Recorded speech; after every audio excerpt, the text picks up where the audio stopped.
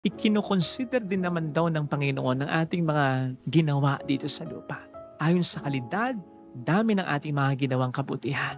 At yun ay ko-consider, sasalain, susuriin, at may gantimpala na ibibigay.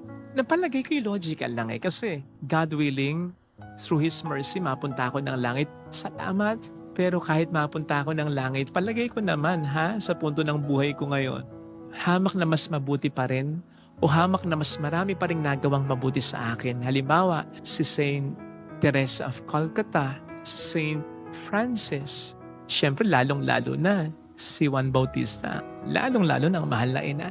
So I won't be surprised na makita sila sa langit na iba yung yaman nila. Maaring mas malaki yung halo nila, maaring mas makinang ang katawan nila, mas mansyon ang bahay nila. Something like that.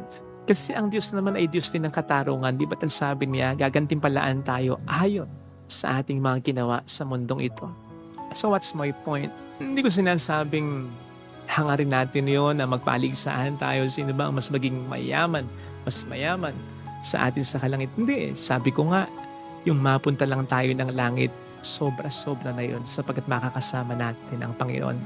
Ang punto lang, hindi masasayang ang ating mga ginagawang kabutihan. Kita ng Panginoon lahat yan. Lalong-lalo na yung mga kabutihan hindi napapalakpakan, hindi na-acknowledge.